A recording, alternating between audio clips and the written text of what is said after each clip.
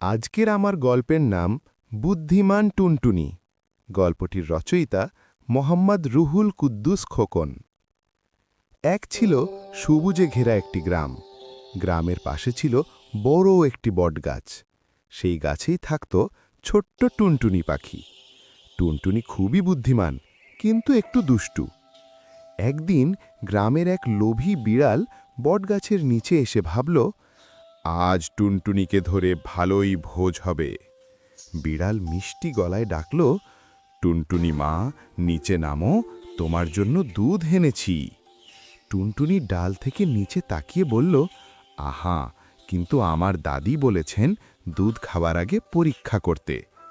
বিড়াল অবাক হয়ে বলল, পরীক্ষা? কি পরীক্ষা? টুনটুনি হেসে বলল, তোমার মুখে দুধের গন্ধ আছে কিনা। বিড়াল তাড়াতাড়ি মুখ খুলল।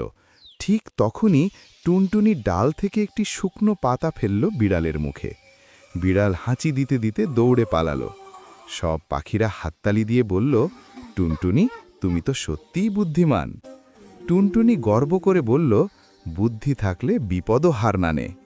সেদিন থেকে গ্রামের সবাই জানল, লোভে পড়লে বিপদ আসে, আর বুদ্ধি থাকলে রক্ষা পাওয়া যায়।